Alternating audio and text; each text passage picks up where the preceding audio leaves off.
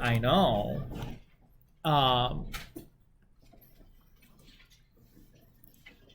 So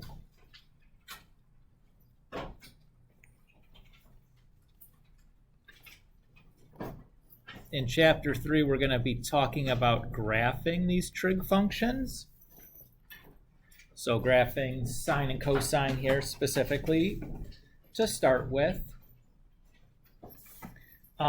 Before we get into that, though, I want to just kind of remind us of some stuff we talked about in chapter 1 that'll become of particular interest for us here in this chapter 3.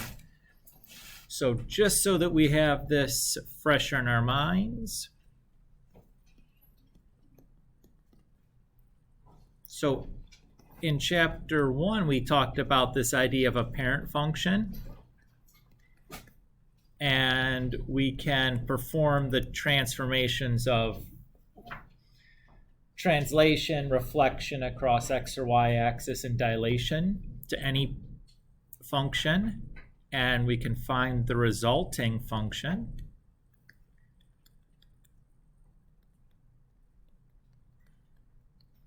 by doing this algebraically, where the a, c, h, and k kind of control to the degree of those kind of transformations, right? You guys kind of remember that? So this was like the algebraic representation of the way to transform a parent function into some new piece. And we also saw there's a graphical representation. So to transform a point from the parent function into that transformed function, we take the x coordinate, multiply it by c, and add h. And then the y coordinate we multiply by a and add k. So we're going to be using these two ideas kind of throughout chapter 3. So these are two things we definitely want to kind of hang on to. They're going to pop up here rather frequently. So I just want to take a minute and just kind of restate them, write them down in one place so you're not hunting for them later when you want to use them. So far, so good? Okay, so when we talk about graphing sine and cosine functions, we're going to start by establishing a parent function for each kind. And then we'll talk about kind of their transformation. So we're going to do a little bit of just kind of an info dump. So I'm going to make like a little bit of a grid here. So I'm going to just start making one column of the grid with some labels in it, and we'll write down some information regarding these labels. And some of these labels, like domain and range, we're already familiar with. Some of these other labels that I'm going to write down, you know, like amplitude or midline, might be things that we're not yet familiar with, but we'll kind of talk about what those mean here in a few minutes. So for now, just kind of roll with me while we do this. But if we start talking about one of these things and you're still not sure that you understand, you can holler at me and we can talk about it a little bit more.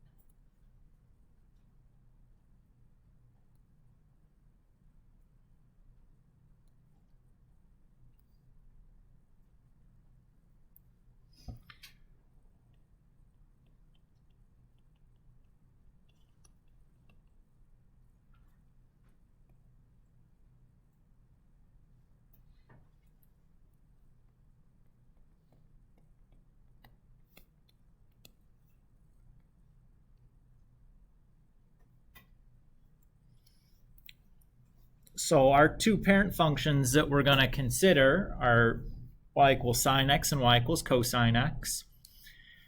And then we'll consider the general transformation of each of these.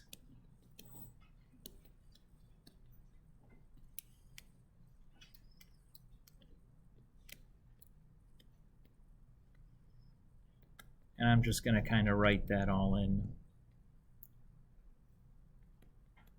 the same box here.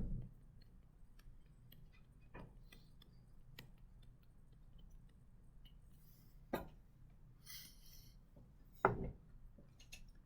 we're just going to kind of do a little bit of an info dump. We'll talk about what each of these terms means if it's not something we've already defined pretty thoroughly. And even in those cases, we'll at least mention, again, remind us what they are.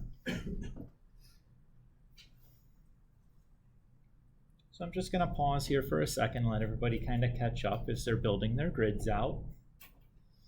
Maybe I should have mentioned the grid was going to have 4 columns and a bunch of rows, but I didn't. That's my fault.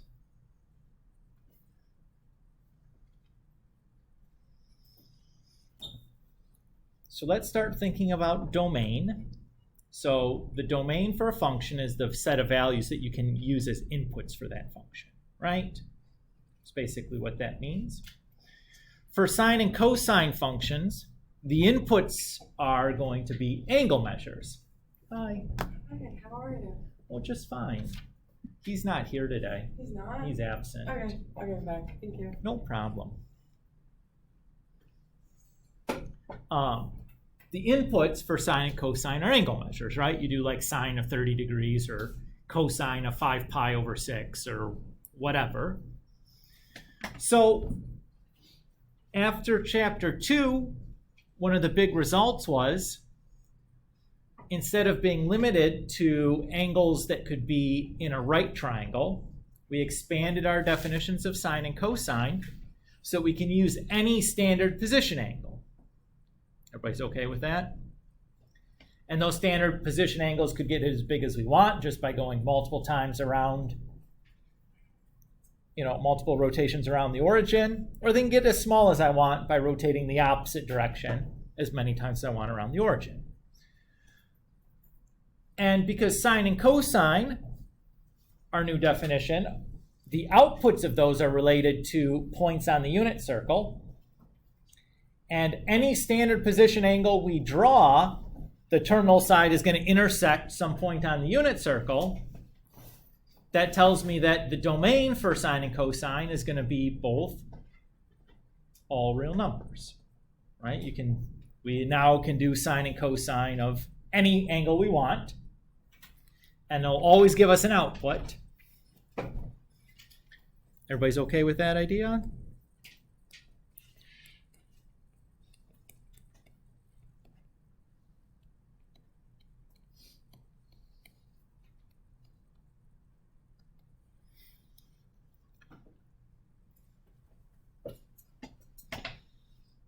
And we'll come back and talk about the transformations here at the end. So I'm going to just kind of leave that column blank for now, until we've filled out the other ones.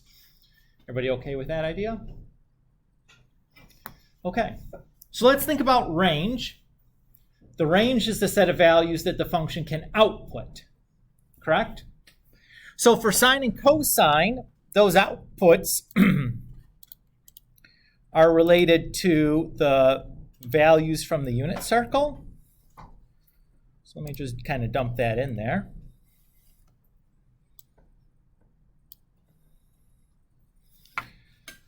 So I remember sine is the y-coordinates from the unit circle. So the range is going to go from the smallest y-coordinate on the unit circle, that would be -1, all the way up to the biggest y-coordinate on the unit circle, because obviously we pass every y-coordinate in between because the circle is connected. Everybody's okay with that? So my range here is just going to be -1 to 1.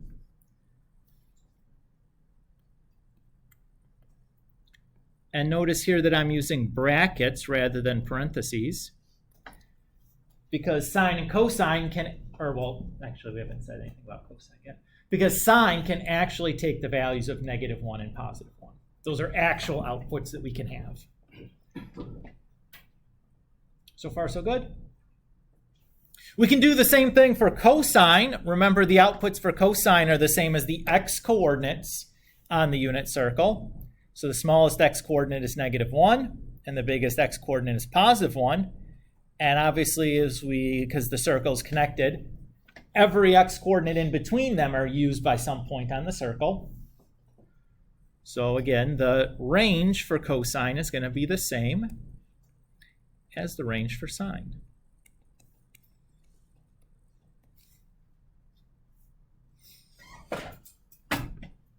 Everybody's okay there? Okay. Next, let's look at what the graph of sine or cosine, or well, let's do sine first. The graph of sine, what that actually looks like.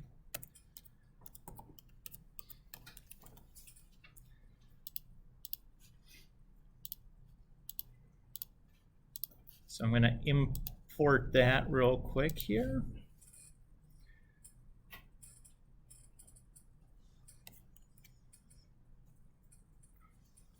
So this is what the graph of sine looks like. And you might say, oh, that's a weird looking graph. How the heck do you come up with that? Well, let me just kind of show you for example. All I'm basically using to generate this is the unit circle.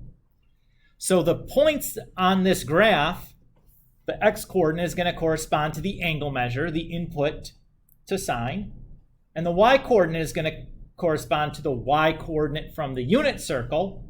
That's the output for sine. So say I input 0 radians. The output would be sine equal to 0, which is the point 0, 0. Or say we look at pi over 2 radians. The output there would be 1, so I should have pi over 2. 1 should be a point. And I can kind of continue doing this just by picking anything I want along the way. I'm just picking these ones because the values are easy to locate.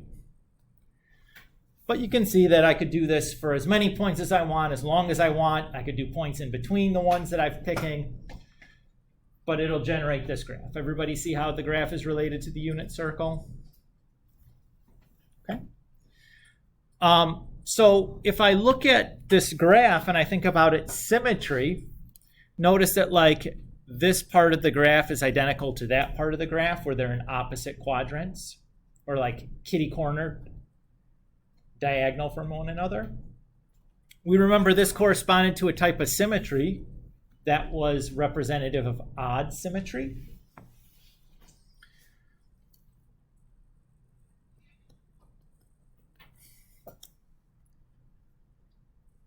And if we look at the graph of sine, notice that there's no breaks or jumps or asymptotes or anything going on in this graph. And that should make sense because the unit circle is completely connected, right? So that tells us the continuity is, it's everywhere continuous. There's no discontinuities. Paul? So just back to the unit circle, how you have like 0, 1, there's pi over 2. So why would you use both of those? Could you say that again? Sorry, so we know that sine theta is equal to y on the unit circle, right? So the input is the theta, and the output is the y. So if I'm plotting theta comma y. Oh, okay. So in that case, I'm plotting pi over 2 comma 1. Okay. And that's the point I plotted on the graph. It's just like you go 2 over 1. Yeah, and you just continue going around the unit circle and picking, an angle and the y coordinate. So it's always going to be the theta. Yes, that's always the input. Yes. Okay, I see.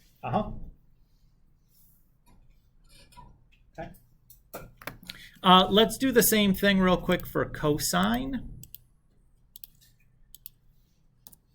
So let me generate the cosine graph real quick and drop that in.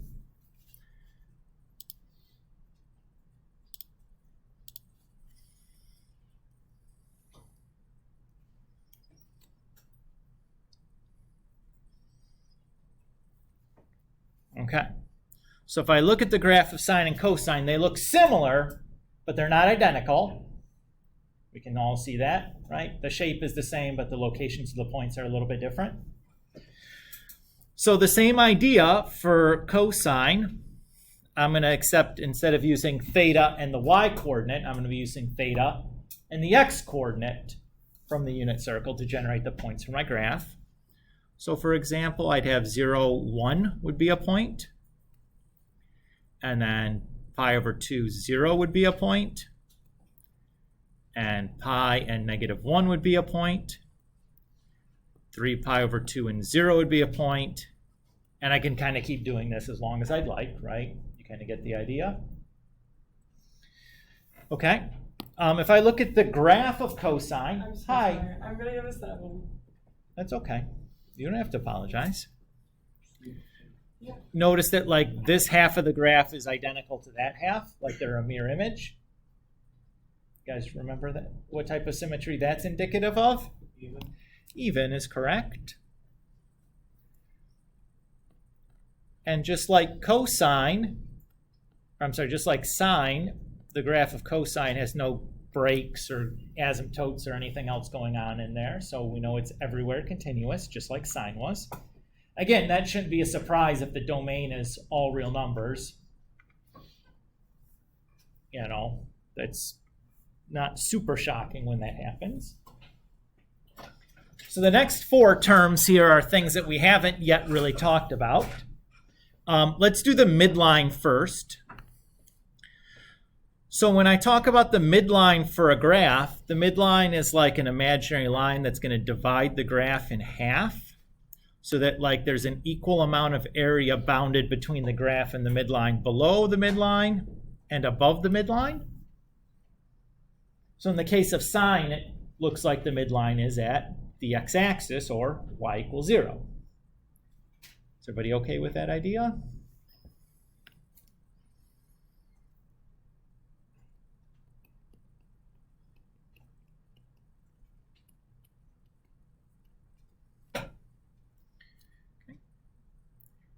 The amplitude you could think of as the distance from a maximum to the midline, or you could think about it as the distance from a minimum to a midline, or you could think about it as like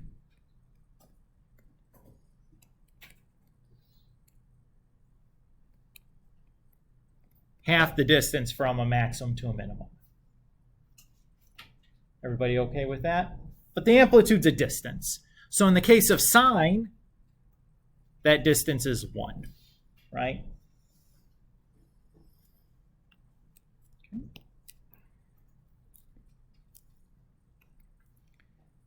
I hope it's okay that I'm just kind of defining these things visually and we're not writing anything down. I'm not going to ask you to be able to do anything with these values short of just kind of writing them down. So it's okay. Paul? Is that y equals 0? Yes. Yeah.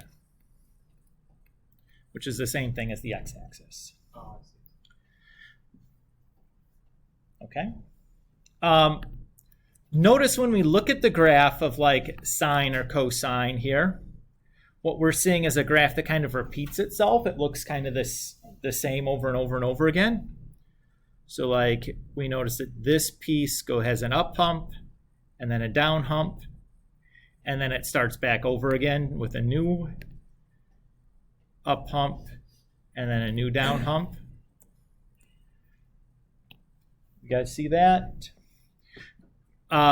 Graphs that repeat themselves like this are called periodic. And the length of one of these non-repeating sections is called 1 period. Uh-oh. Oh, hey. Oh, I know. I saw my. Thank you. You're welcome. In this case, the length here is going from -2 pi to 0, so that length is just 2 pi.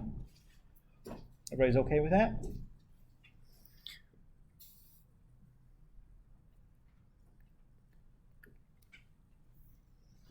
And the frequency is just talking about the number of periods per 1 unit length. So the relationship between a period and frequency is just they're always reciprocals. So the frequency is just going to be the reciprocal of the period. Just by the way we've defined a frequency.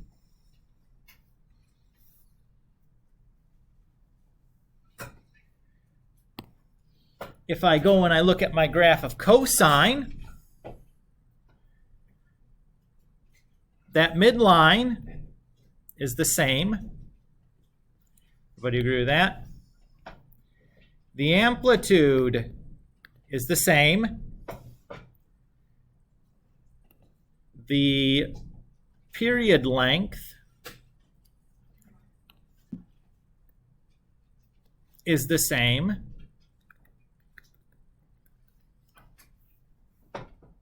So let's go ahead and fill that all in.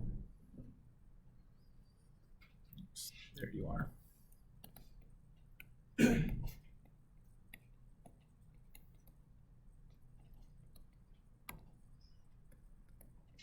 And if the period's the same, obviously the frequency has to be the same, since they're reciprocals.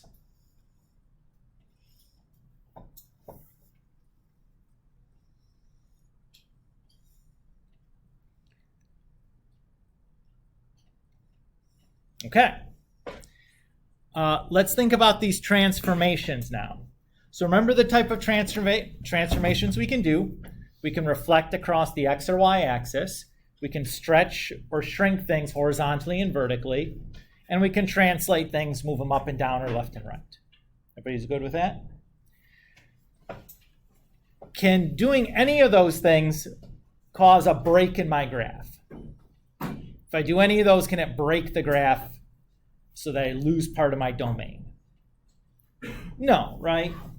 So the domain is still going to be all real numbers, regardless of the transformation we do to it.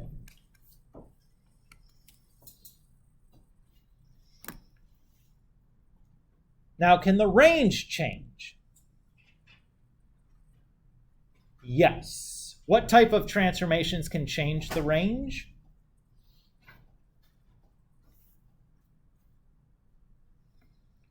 Remember, the range is the, oh, Ella. Which direction? Vertical stretches and shrinks will definitely change the range, right? Like it'll stretch it out and make the range wider, or compress it down and make it thinner. And also, Mia? The K, the vertical shift, right? If I pick something up and move it, the y coordinates are changing also. Everybody happy with that? So when I do a vertical stretch or shrink, how do the y coordinates change? Does that change additive or multiplicative?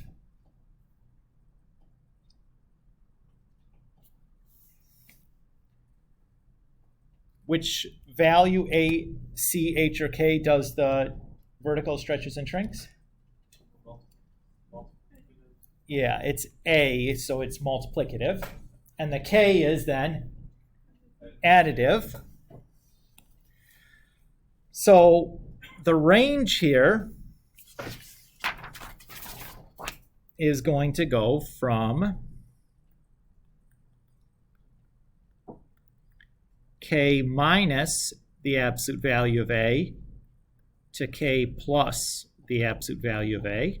Note the brackets here. And I'm using the absolute value of A because remember, A can be positive or negative. A negative A isn't going to make the range any, or the range any wider, right? It's still going to have the same net distance between the high and the low points.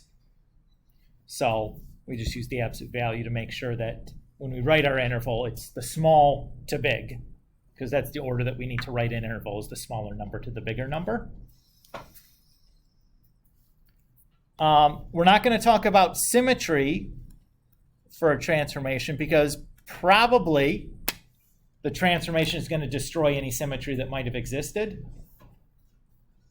In particular, if there's a horizontal shift, it's very likely that that symmetry is going to be bye-bye. So we're not going to worry about that because it's not really predictable. And obviously, we'd already discussed that none of these transformations can break the graph or tear the graph, so that if we had continuity before, we're certainly going to have continuity after. The amplitude, can that change from a transformation? Yes, right? That's like the half the distance from the high to the low, or the distance from midline to high or low. You could think about it either way. So that can change with the transformation. Which coefficient is going to do that? The A, C, H, or K? Which of them is going to change the relative distance from like the high and low points? So what does C do? Horizontally stretches. Is it going to change the heights of the high and low points though? Doing a C? No, it's just going to make them further horizontally apart. That's not going to affect the amplitude. Which way would we want to stretch it to affect the distance between those high and low points? Vertically, which is the A. And remember that A is a multiplicative change. So we're just doing really 1 times A. But remember, amplitude is a distance. So it always needs to be a positive number. So we'll just say absolute value A. Everybody's okay with that? Can the midline change?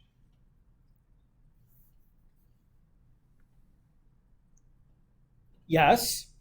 Okay. Which coefficient can affect the midline? Mia? K, right? If I pick the graph up and move it up or down, if the midline's running through the middle of the graph, the midline's now in a new location. Everybody agree with that? And remember, the K is additive.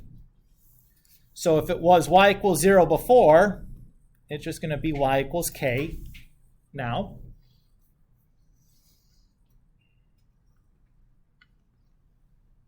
Everybody's good with that?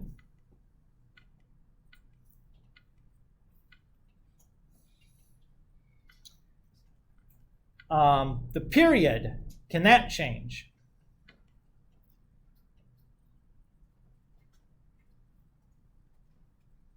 Sure, right? What kind of transformation will change the period? Good, a horizontal stretch or shrink. Exactly right. Which coefficient controls the horizontal stretch or shrink? C. Is C additive or multiplicative? Multiplicative. So this just becomes 2 pi times C. But remember, C can be negative, and the period is the length. So we're just going to use the absolute value of C to take care of that. And the frequency is just the reciprocal of the period. So there we go. Woo. So this is just some definitions. Now these are things that you'd want to probably remember. I have to go back and check to see exactly what I gave to the people last year on the test. I don't think it was all of this information, but I have to double check on that. But I'll tell you right now that the homework is going to go much, much faster if you remember these things. Okay. So let's do an example. So let's say our parent function is y equals sine x. And let's say our transformed function is y equals, let's say, -3 sine of 1/2 x minus 3 pi minus 1.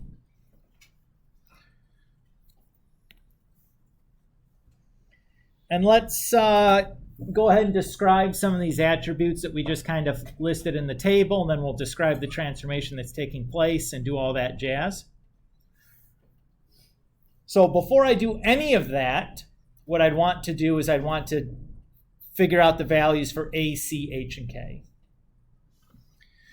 So the way I'm going to do that is I'm just going to be using the form of the general transformation to pull them from the equation. The only thing I have to be careful about is I notice the part inside of my sine function is not in the same form as the transformation. So what do I need to do before I can get going here?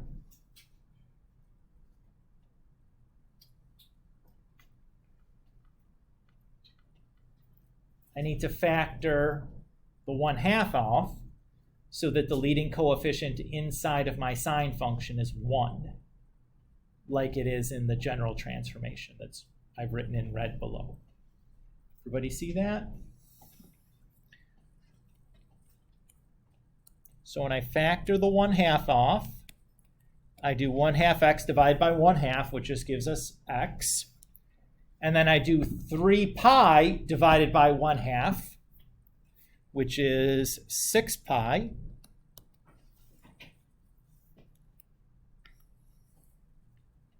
So my value for A is -3. My value for C is 2. My value for H is 6 pi. And my value for K is -1.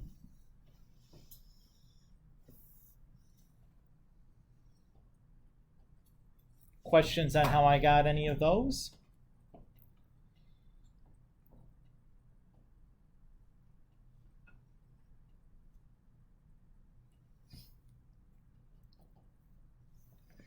Okay, very good. So let's say, what's the domain going to be here?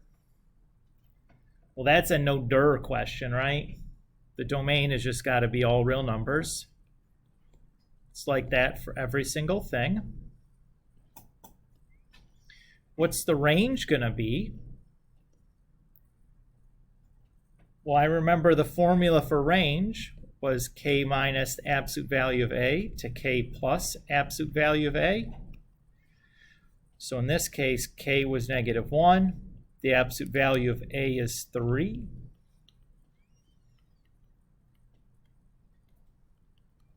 So we're really going from -4 to +2.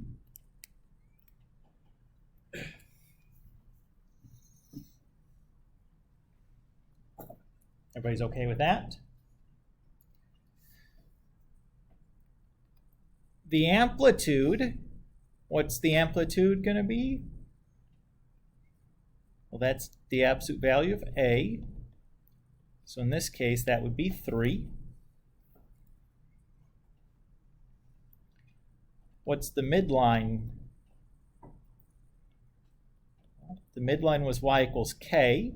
So in this case, that's y equals -1. Make sure that you're writing it as the equation of a line. You need to have a y equals on it. You can't just write -1. -1 is a number, not an equation for a line. So I would be picky about that.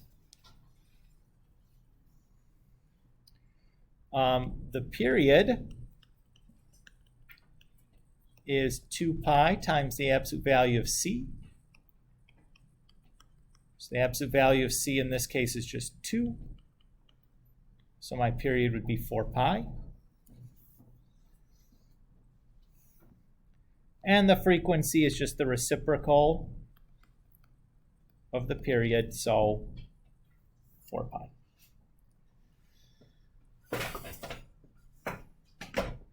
Is everybody okay how I found these values? Just using the little formulas from the table that we built just a moment ago. We could also describe this transformation in words, right? Since the C was positive, we have no reflection in the x-axis. I meant y-axis, excuse me. And since the absolute value of C is greater than 1, we have a horizontal stretch by a factor of 2. Since A is negative, though, we do have a reflection across the x-axis. And because the absolute value of A is greater than 1, we have a vertical stretch by a factor of 3. Since the H was positive, we're going to be going right 6 pi units. And since K was negative, we're going to be going down 1 unit. Again, just using the transformation instructions from chapter 1.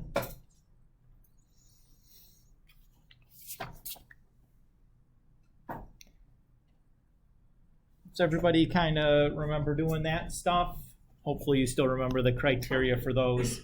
I'm going to ask you to do that many times in this chapter, so if you didn't remember those criteria already, it would be a good idea to brush up on those, as well as the order in which we like to write those when we describe those transformations, the order which I ask you to write them. That would be good.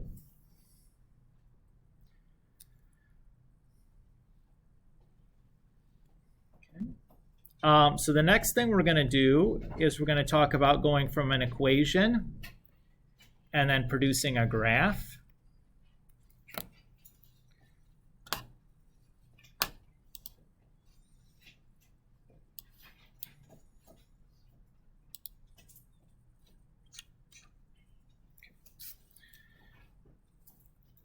So when we do this, we're going to take points from the parent function and translate them into the transformation using this map. So the question becomes, what points from the parent function should I use? And I'm going to give those points to you right now. So for sine, those points are the following. Now, these are not something that I would expect you to memorize. I have these memorized because I'm a crusty old math teacher that's been doing this for like, I don't know, 10 years, and I've literally written these things down like hundreds of times. You said the adjective. Yeah. Do you have a problem with that?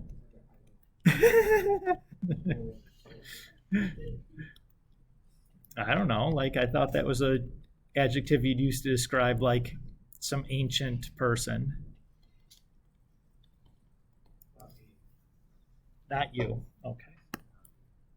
So these are the key points you'd be using anytime you graph a sine or cosine function. These are not something that I'd expect you to memorize. This will be something that I would provide for you. And in fact, here probably by the end of the day, I'll put a handout in the content library that just has these written down on it so that they're in a place that's not just hidden inside your notes somewhere or whatever.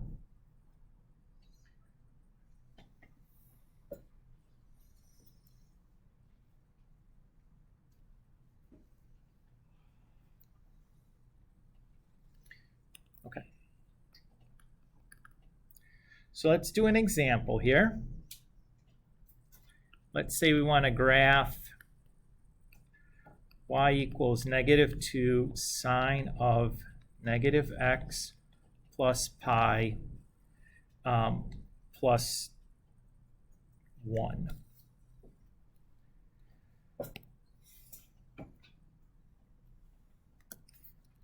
So the first thing I'd want to do is I'd want to identify the values for A, C, H, and K. But that's going to mean rewriting this so that the leading coefficient on my x is 1. So I'm going to factor out a negative sign. Everybody's okay there?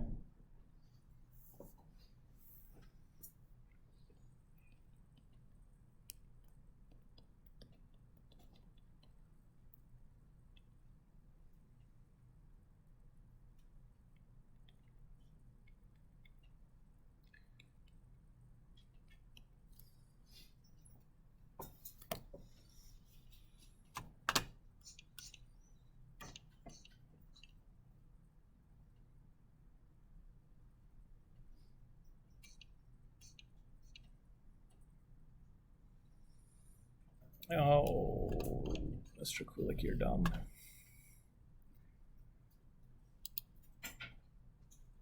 Let's see. Where is that guy? Where's that snipping tool? Do you guys remember which heading that's under? No, nobody knows.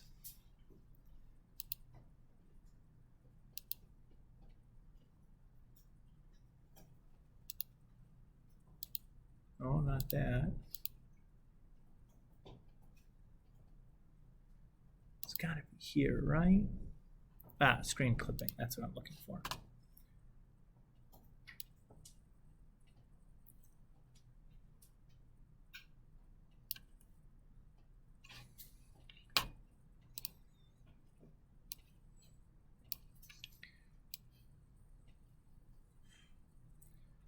Whoa, boy. All right. I'm probably going to have to edit the axes on this, but I want to use this because this is the same format as what your worksheet looks like, so I wanted to use the same thing so it was hopefully not confusing. Since it's sine, well, let's write our map now. Let's actually say that first.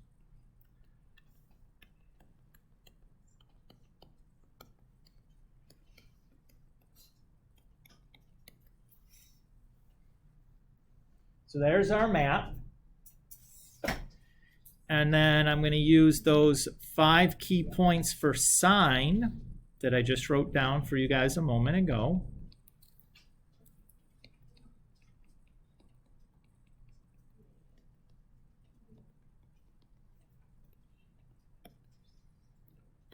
So that's -1 times 0 plus pi, -2 times 0 plus 1, which just turns into the point pi, comma 1.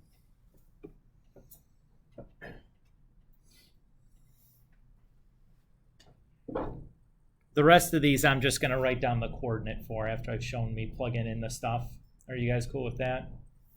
Just to make less writing for, well, mostly for me, because I'm kind of about that lazy life, you know? You guys get it.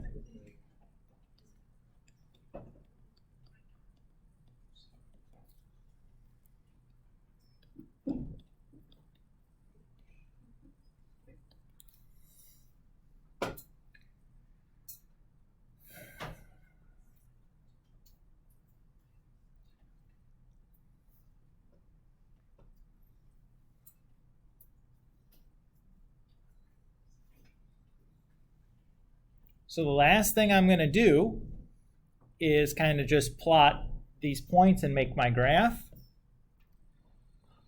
Not pi over 2, 1. Yes. Do that. Makes it a little bit more clear. So I have pi 1, pi over 2, -1, 0, 1, negative pi over 2, 3, and then negative pi 1 again. So it'd be like back here.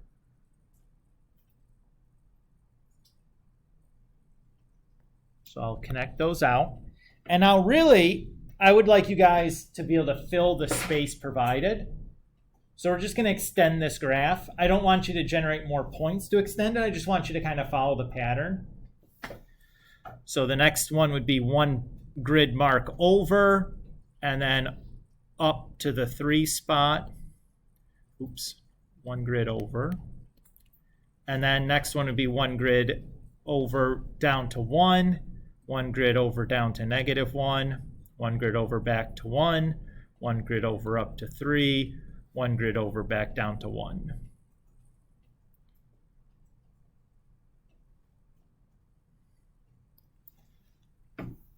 Just to fill up the space provided. Just following the same pattern of like up, down, up, down, up, down. You know what I mean? So that's no big deal, I hope.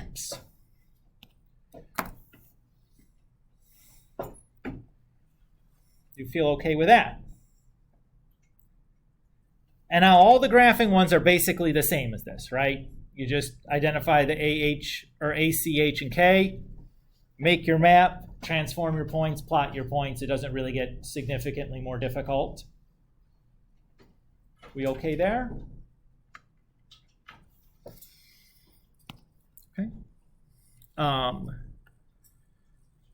The last thing that we're going to talk about, and we'll talk about this today and then next time also, because this will be kind of a 2-day topic, is going from graph back to equation, or even more abstractly, just a verbal description of the graph back to an equation. But we'll start with the whole picture first. And I'm going to give you guys an example. I'll just kind of talk through what I'm doing on this, if that sounds okay to you guys.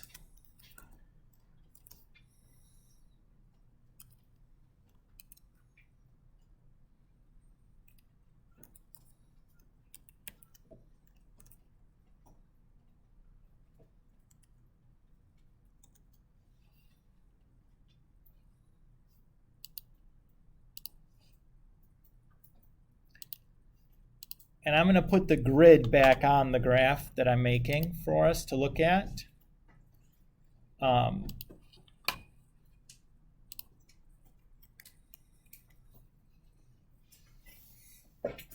Because it'll be a little bit easier if we're able to read that stuff.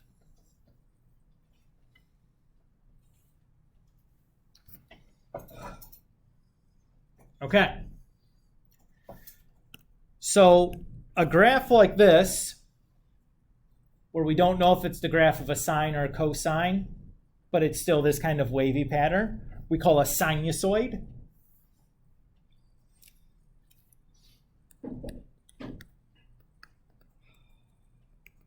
And we can write an equation as either a sine function or a cosine function. It doesn't matter. We're capable of doing both. I'm going to do both for this problem, just so you can see what the difference is. Okay with that?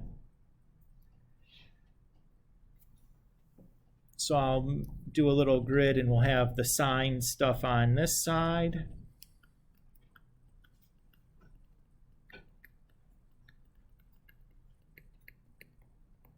And I'll do the cosine on this side. Oops.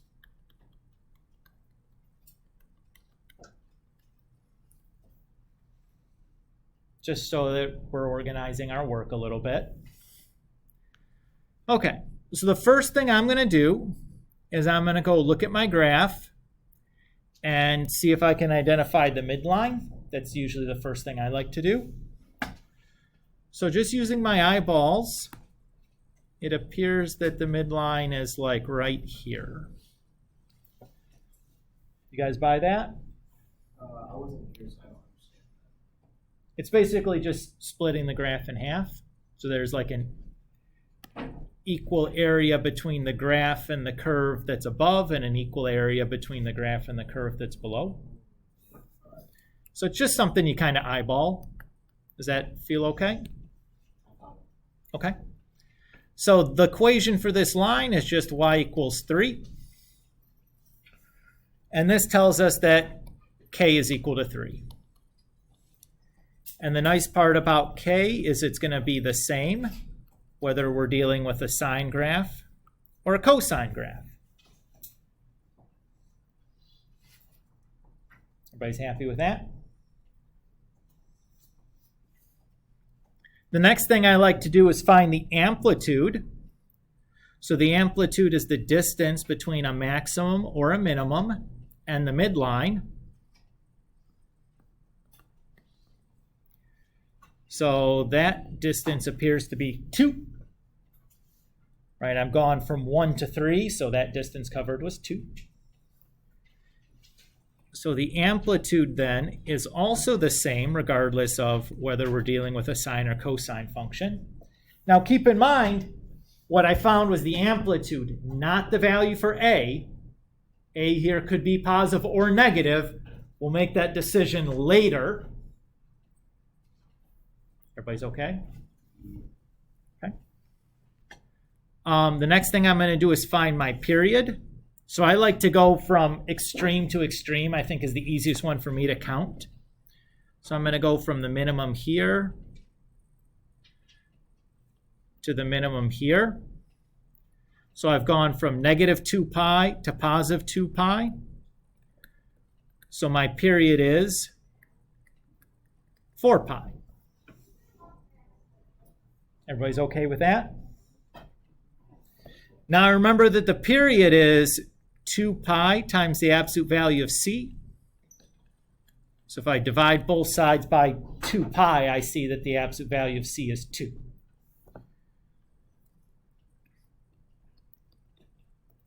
And that's the same for each of them, for sine or cosine.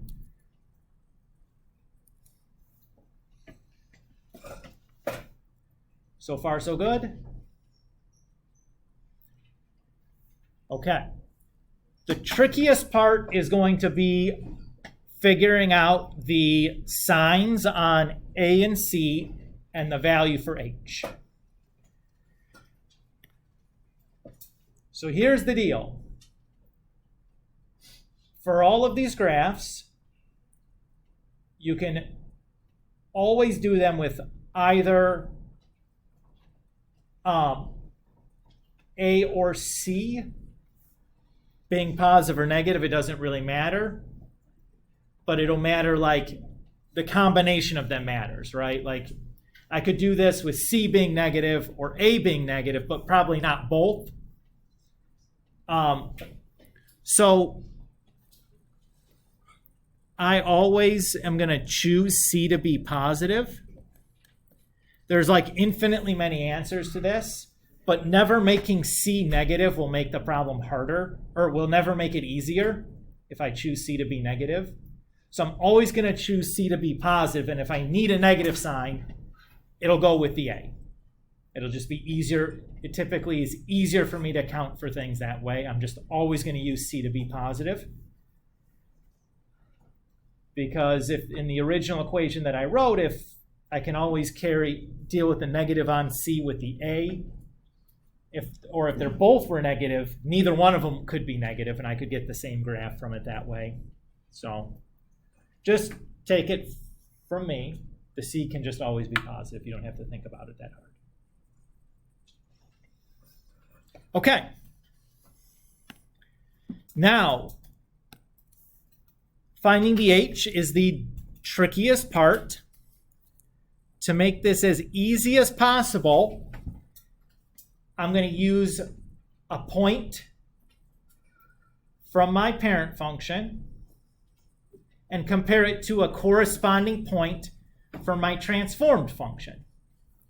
So if I pick a midline point from my parent function, I need to compare it to a midline point from my transformed function. Or if I pick an extreme point from my parent function, I need to compare it to another extreme point for my transformed function.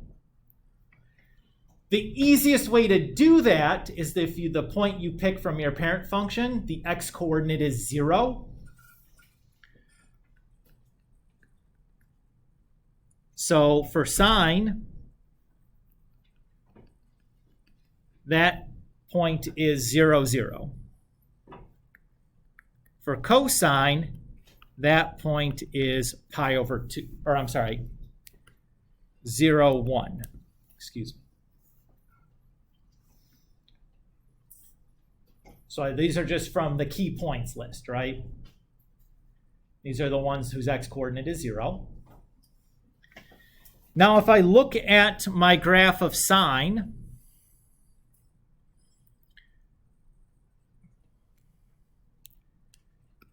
get rid of all that nonsense.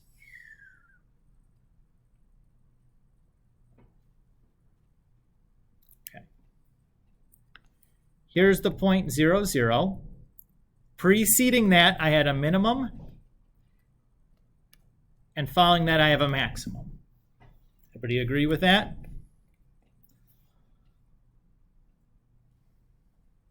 So I'm going to write that down over here with my parent function.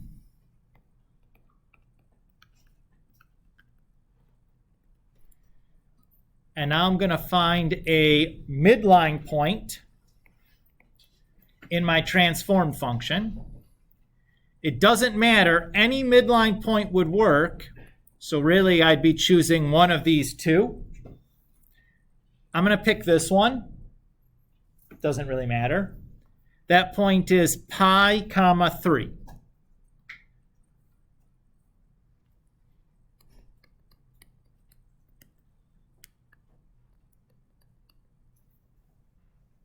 Now, if I look at that midline point preceding it, we had a maximum, and following it, we had a minimum. Everybody see that?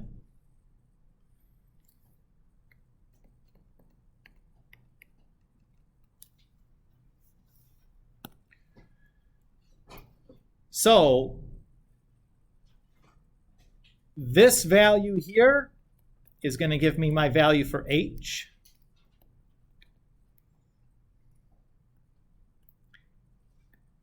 And because these are opposite, in the parent function we go midline, max, and in my transform function I have max, midline, min, that tells me the a is negative. So the x-coordinate for my transform function just becomes pi.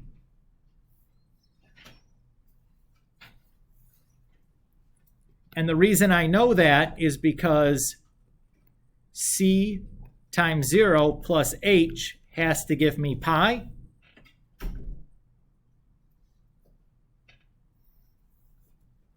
So that's why I was so insistent on picking a parent function point whose x-coordinate is 0.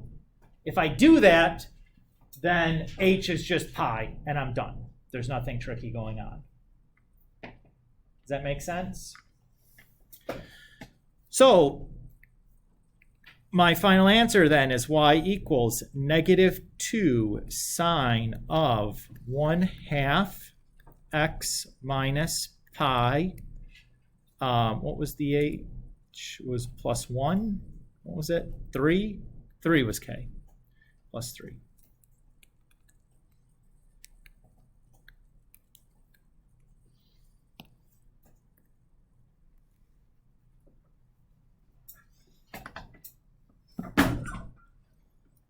Is that okay? Take some practice to get used to that, but that process will work every single time.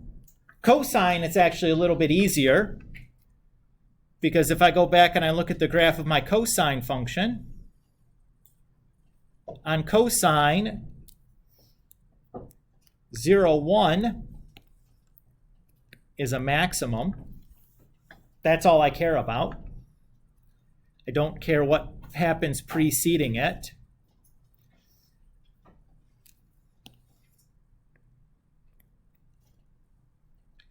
Now in my transform function, I'm going to pick any extreme point. So if I go to my transform function, I could pick, let's use a different color. There's too much red on there already. I could pick that minimum, that maximum, or that minimum. It doesn't matter. Let's say for the sake of argument, I'm going to pick this one because it's at 0, 5. Everybody's okay with that?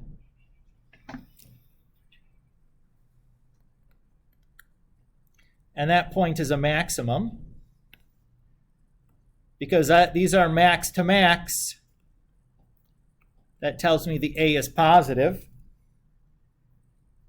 And this tells me my h for the same reason.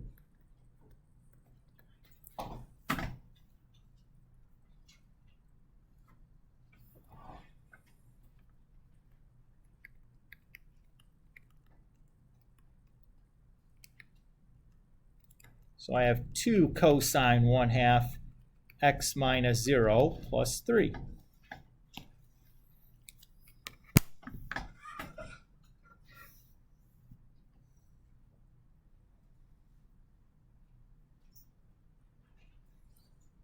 we're going to stop here. For next time,